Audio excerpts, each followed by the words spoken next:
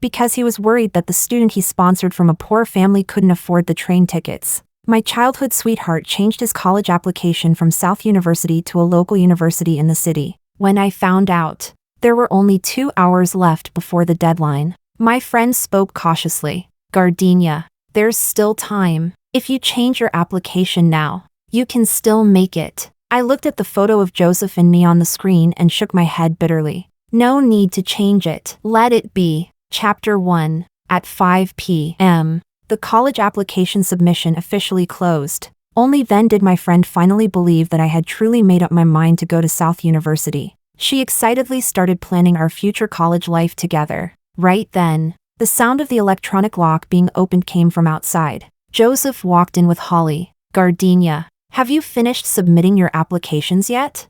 I already told you. With our grades, there's only one university in the city we can get into. But Holly was still worried and insisted that I come ask you personally. She cares about you even more than I do. As he spoke, he looked helplessly at the girl beside him. After deciding that I wouldn't attend the same university as Joseph, my mindset seemed to change as well. I no longer felt a sour ache in my chest whenever I saw him acting intimately with Holly. I simply nodded calmly. I've already submitted my application. Why did you come here?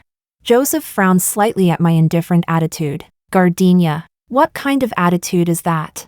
Holly glanced at him awkwardly, then lowered her head and spoke timidly. Gardenia, my family is poor. South University is too far away from here. Just the train tickets for winter and summer vacations every year would already cost a lot of money. My college entrance exam score isn't that great either. Instead of going out of province, it's better for me to stay here for university. It's all because of me that Joseph decided to change schools at the last minute. We were also choosing majors just now, so he couldn't come over in time and could only call you. Please don't be angry with him. Listening to Holly's words, disguised as an explanation but actually sounding more like a humble brag, I replied flatly. Didn't you already know all this from the beginning? Why didn't you say anything when you first filled out the applications? Why wait until now? Holly looked startled and hurriedly explained. That's not it. I discussed this with Joseph a long time ago. We just finalized the decision today. A long time ago?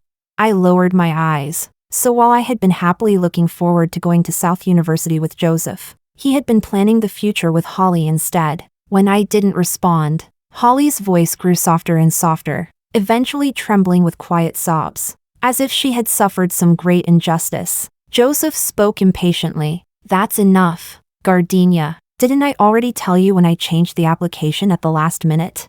Why do you keep dwelling on it?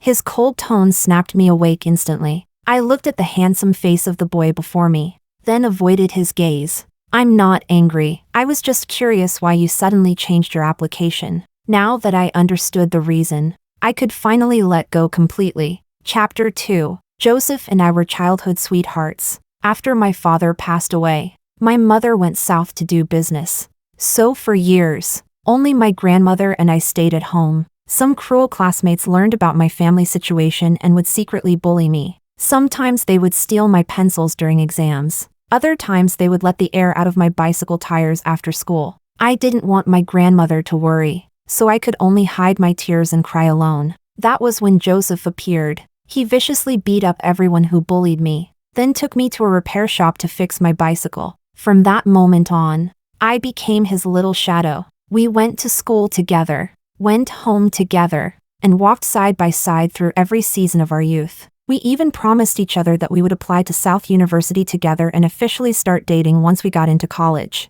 Until 1 year ago, when Holly appeared. She was the underprivileged student sponsored by Joseph's mother. Because the education quality in her hometown wasn't very good, she transferred to the city for her senior year of high school and stayed at Joseph's house. At first, Joseph was somewhat resistant toward her, whether at home or at school. He barely spoke to her, but Holly still tried carefully to please him, as if terrified of making him unhappy. Sometimes when I looked at her, I saw myself from back then, the lonely girl being bullied and isolated by classmates. Whenever Joseph ignored her, I would take the initiative to talk to her. I even persuaded Joseph to treat her better, but he still remained indifferent. Until one day after school, we found Holly alone in the classroom. She was solving problems while silently crying. Joseph's expression at that moment was complicated. There was sympathy, guilt, and reluctance. Now that I think about it, there was also a trace of heartache so faint it was almost impossible to notice.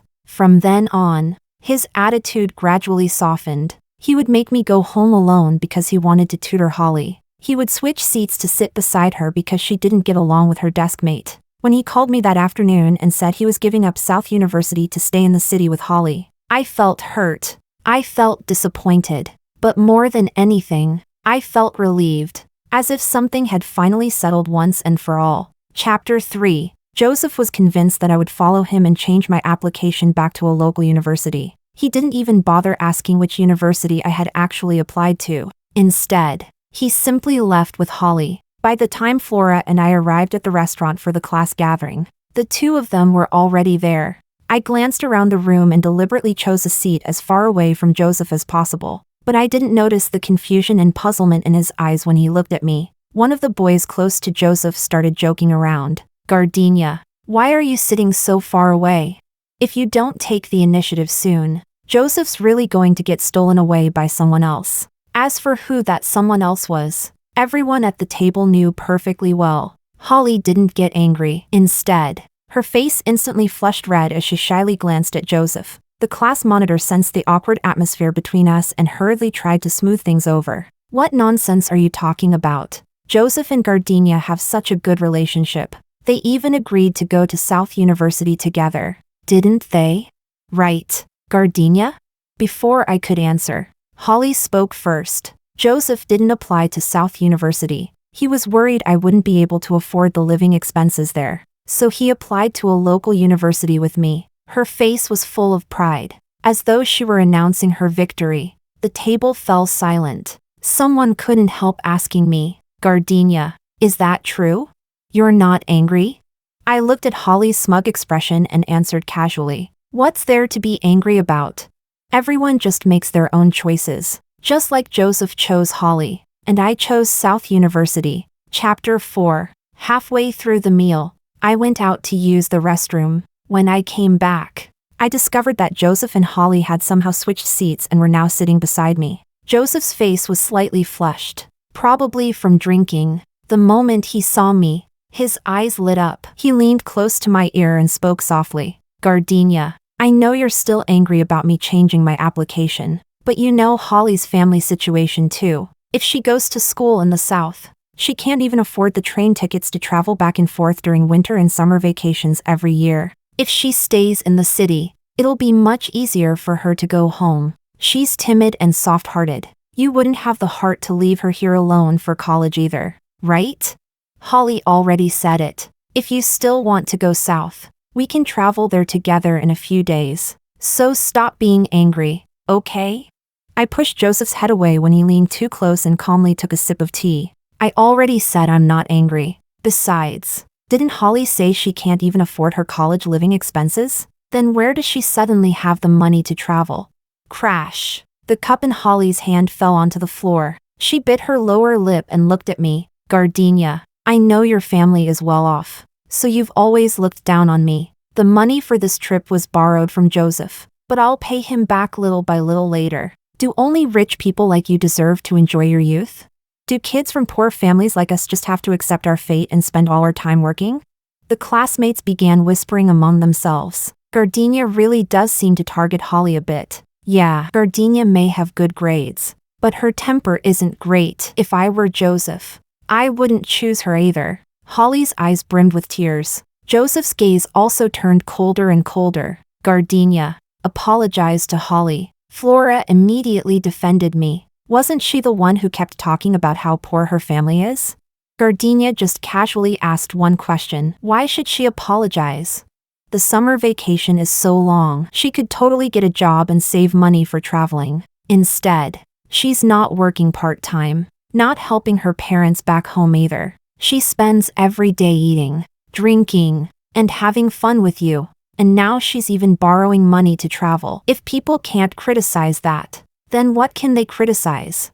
Holly cried even harder. Looking at the scene before me, I suddenly felt exhausted. It all felt so meaningless. I grabbed Flora and stood up to leave. Joseph immediately caught my wrist and refused to let go. Gardenia, apologize to Holly. Otherwise, don't even think about going on the trip. My wrist hurt from how tightly he gripped it. I pried his fingers away one by one and sneered, Joseph, you and Holly can go wherever you want and do whatever you want. I have absolutely no interest in getting involved between the two of you, and don't come looking for me anymore. After saying that, I left without looking back. Joseph was left standing there with a dark expression on his face. That very night, Holly posted on social media. In the photo, she and Joseph were holding hands tightly with their fingers intertwined. Caption, at the best age, I met the best you. I glanced at it, but my heart barely stirred. I simply continued packing my luggage,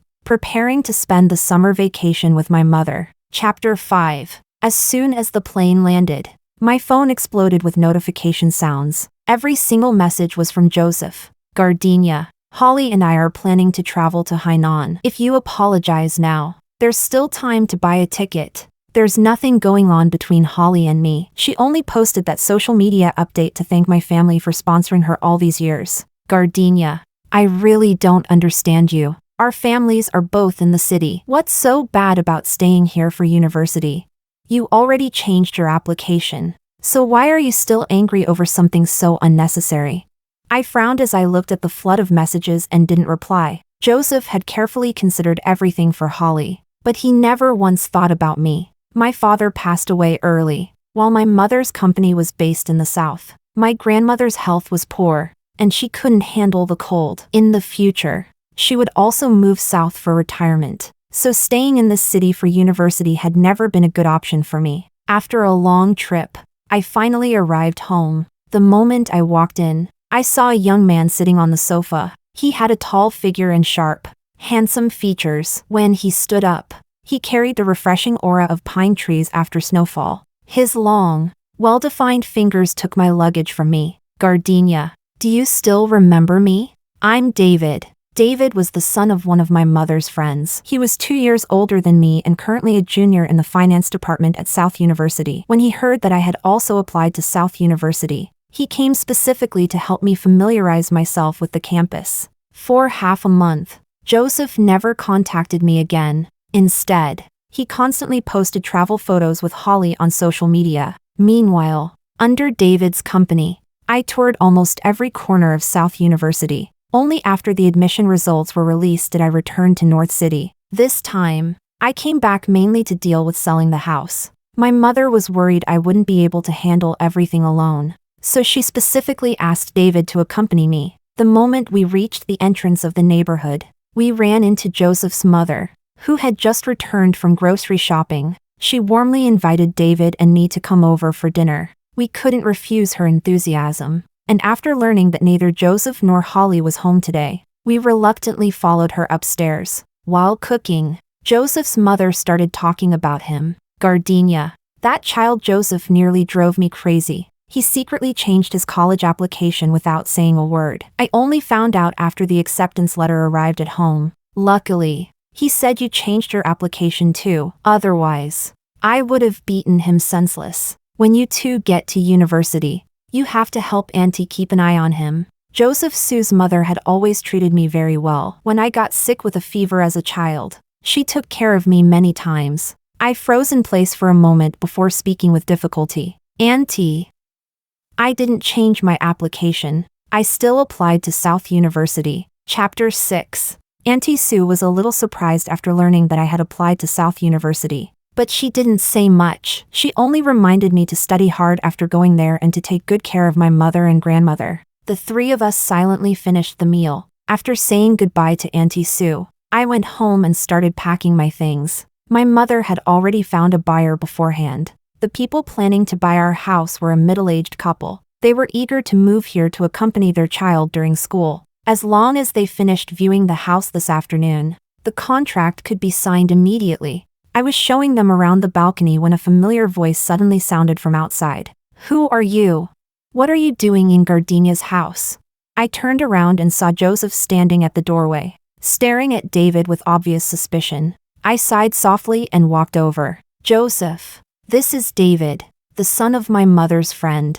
This is my high school classmate, Joseph. He's also the neighbor who lives upstairs from me. After hearing my introduction, Joseph's expression darkened even more. He looked like he still wanted to ask something, but a choked female voice interrupted him. Joseph, did you ask clearly? It was Holly. She stood at the stairway entrance with her lips tightly pressed together, her eyes red and swollen from crying. Joseph's expression changed several times before he turned to me with a dark face. Gardenia, did you go to my house at noon? I nodded. I ran into Auntie Sue on the way back, so I went to your house for lunch. The moment I finished speaking, Holly's tears started falling like broken strings of pearls. Joseph frowned even harder. Gardenia, what exactly did you say to my mom at lunch? She suddenly became really cold toward Holly just now and even told her to move out after university starts. Changing the college application was my decision. If you want to blame someone, blame me. Stop always making things difficult for Holly. Go explain everything clearly to my mom right now. Otherwise, when school starts, you can go register by yourself. I was busy trying to sign the contract with the buyers and had no interest in arguing with Joseph. So I simply responded quietly, okay. Joseph froze for a second. When he realized what I meant, his face instantly darkened. Gardenia, what do you mean by that? I looked up at him once before saying nothing more. Then I shut the door directly in his face. Chapter 7. After signing the contract, I began cleaning out the house. There actually weren't that many things left. Most of the large furniture stayed behind.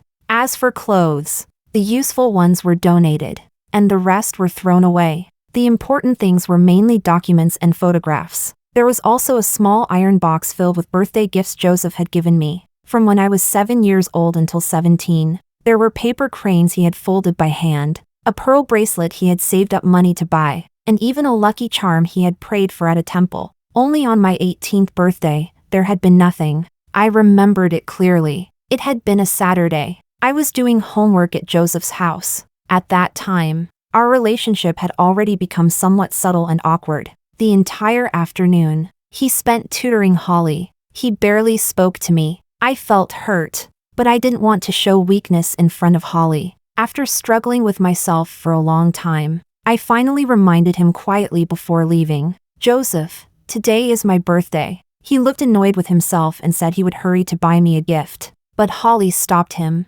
Joseph, I still don't really understand this problem. Could you explain it to me one more time? Joseph looked at me, then at Holly. He hesitated for a moment, but in the end, he still said, Gardenia, go home and wait for me first. After I finish helping Holly with her homework, I'll come find you. That night, I waited at home for a very long time. But even after midnight passed, Joseph never came. The next day at school, when I saw him again, he didn't bring me any gift either. Instead, he frowned and told me, Gardenia, do you know something? Holly has never celebrated a birthday even once since she was little. His tone was filled with sympathy and pity. The ringing of my phone pulled me back to reality. David had probably just finished moving the boxes, because he sounded slightly out of breath. Gardenia, I've already shipped your study materials and clothes. Do you still need help with anything over there? I looked around at the now empty room and shook my head. No, just wait for me at the delivery station. Then I sealed the iron box shut and tossed it into the trash pile together with the clothes I planned to throw away. Chapter 8. David and I had booked a flight for 10 o'clock that night. After saying goodbye to Auntie Sue, I rode my bicycle toward where David was waiting. I just hadn't expected to run into Joseph Sue again. A group of them had probably just finished attending a classmates' university celebration banquet and were standing outside the restaurant discussing where to go next for the night. I originally planned to pretend I hadn't seen them and just ride past, but someone suddenly rushed out in front of my bicycle. I instinctively slammed on the brakes. I had barely steadied myself when a dark figure crashed into me. I fell heavily onto the ground. Joseph stood with his back toward me as he helped the frightened Holly to her feet. His voice was filled with anger. Gardenia, did you do that on purpose? There's a whole person standing here. Are you fucking blind? Someone nearby quietly reminded him. Joseph. Gardenia fell too. Only then did he turn around. When he saw my slightly unsteady movements, hesitation flashed briefly across his eyes, but he still spoke coldly. Well, that's what happens when she doesn't watch where she's writing. She deserved it. I ignored him and looked directly at Holly. Why did you suddenly block my way? Holly answered in a delicate voice. Gardenia. I already asked Auntie Sue clearly. She said the reason I have to move out next year is because there'll be other sponsored students moving in. Then she turned toward Joseph. Joseph, you misunderstood Gardenia last time. Aren't you going to apologize to her? Joseph looked at me, his expression slightly unnatural. Why should I apologize? If she didn't always target you, why would I suspect her? If you really want me to apologize to her, fine. She should first promise not to bully you anymore and apologize for what happened at the hotel. Then I'll apologize. Holly glared at him before smiling brightly at me. Sorry about that. Gardenia, that's just how Joseph is. Don't be angry. I glanced at my watch. It was already 7:30, so I answered casually just to brush things off. It's fine. It's just a small matter. No need to apologize. But somehow, one of those words irritated Joseph again. He let out a mocking laugh, his tone full of disdain. Gardenia, is it really fun pretending not to care all the time? I didn't understand what he meant, and I didn't have the time to understand either. I simply got back on my bicycle and rode away. Behind me, Joseph's conversation with the others drifted over with the wind. Joseph, isn't this a bit too much? She even gave up South University for you. It's just changing a college application. Why is she acting so high and mighty about it? Nobody begged her to do it. His voice was loud, almost as if he intentionally wanted me to hear it. But I was in a hurry to leave, so I never looked back. Chapter 9. Joseph had been feeling unusually irritated lately, ever since he ran into Gardenia by the roadside that day. He hadn't seen her again. Even their classmates seemed to notice they were fighting. By unspoken agreement, nobody mentioned Gardenia in front of him anymore. Joseph couldn't understand it. It was only a change in college applications. Why was Gardenia so angry? They had known each other since they were 7 years old. In 10 whole years, they had never gone this long without seeing each other. In the past, he had upset Gardenia before too, but as long as he kept a cold face and ignored her for a few days, Gardenia would stop pursuing the matter and gently coax him instead. 1 year on his birthday, she had even given him a stack of makeup coupons. She said that if he ever made her unhappy someday, as long as he took out one of the coupons, she would forgive him. So why was this time different? After hesitating for a long while, he finally pretended to casually mention to his mother that he hadn't seen Gardenia in a long time. She probably went to her mother's place. His mother's words made Joseph freeze on the spot. Only then did he suddenly remember. The city where South University was located was also where Gardenia's mother worked. It felt like he finally understood why Gardenia had been angry. But at the same time, he secretly felt pleased by how important he was in Gardenia's heart. He wanted to apologize to her. Yet his pride wouldn't let him lower his head. He looked at the makeup coupons again, but they suddenly felt unbearably childish. So he simply thought he would wait until school started. After all, they were going to the same university. He and Gardenia. They still had plenty of time ahead of them. Chapter 10. Time passed incredibly fast. The summer vacation I had looked forward to for 3 whole years slipped by like flowing water amidst the endless chorus of cicadas. I gradually grew used to the humid, unpredictable southern weather and the soft, gentle local dialect. Everything that had happened in North City with Joseph felt so distant now, as though it belonged to a previous life. Flora got bored staying at home and also came to South City. We picked an ancient town to escape the summer heat. A drizzling rain began to fall through the narrow alleys lined with white walls and dark-tiled roofs. I stood beneath the eaves, watching the raindrops splash against the green stone pavement outside the corridor.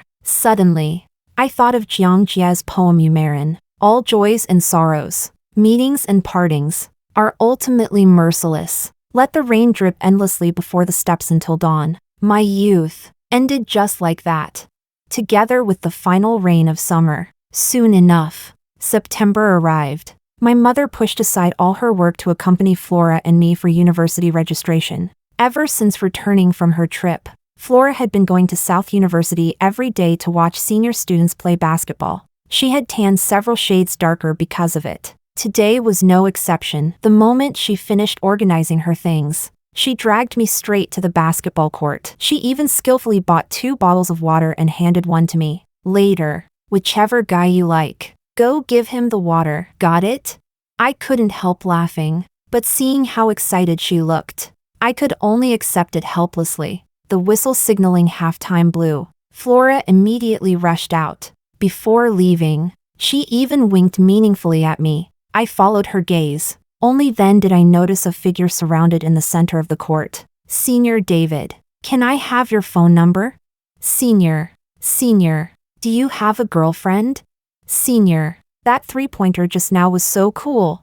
Our eyes met. Only then did I realize that person was actually David. He was wearing a black basketball jersey, casually wiping the sweat from his forehead. Then he walked through the crowd, step by step, toward me, and took the bottle of mineral water from my hands. Several disappointed sighs instantly sounded from the sidelines. Some of his teammates even shouted loudly in complaint. David, it's just a friendly game. Did you really have to go that hard?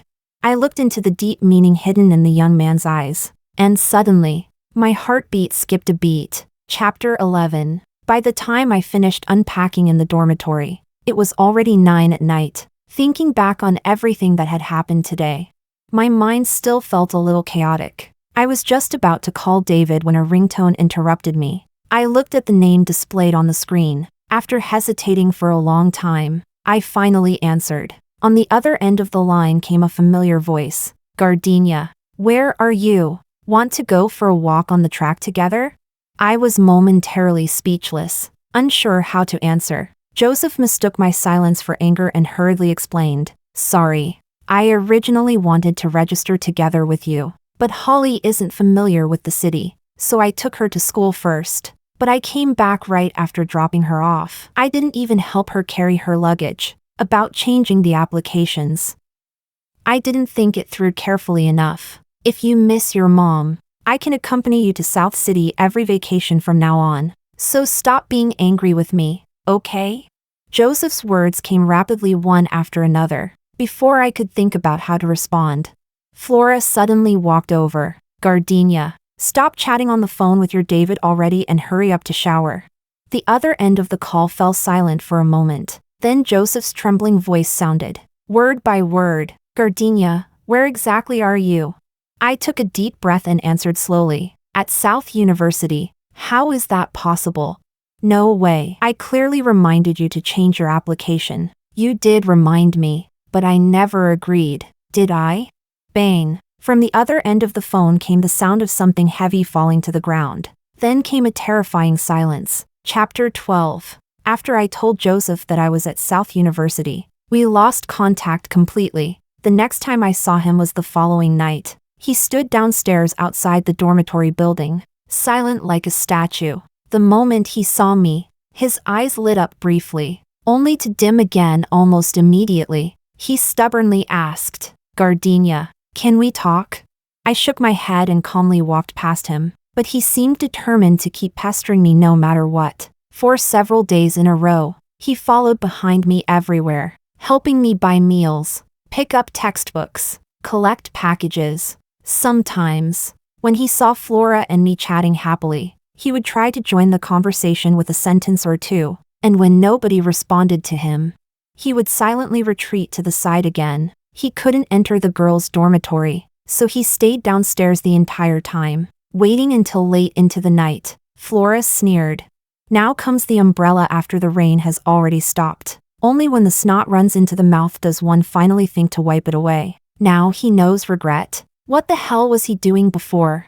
He treated you like that for Holly's sake back then, and now he's here acting pitiful. It's a good thing David went away for training, or he definitely would have beaten him up. Some students noticed Joseph wandering downstairs outside the girls' dorm every day, so they recorded videos of him and uploaded them online. Can someone tell me if this handsome guy upset his girlfriend or something? Why is he waiting downstairs every single day?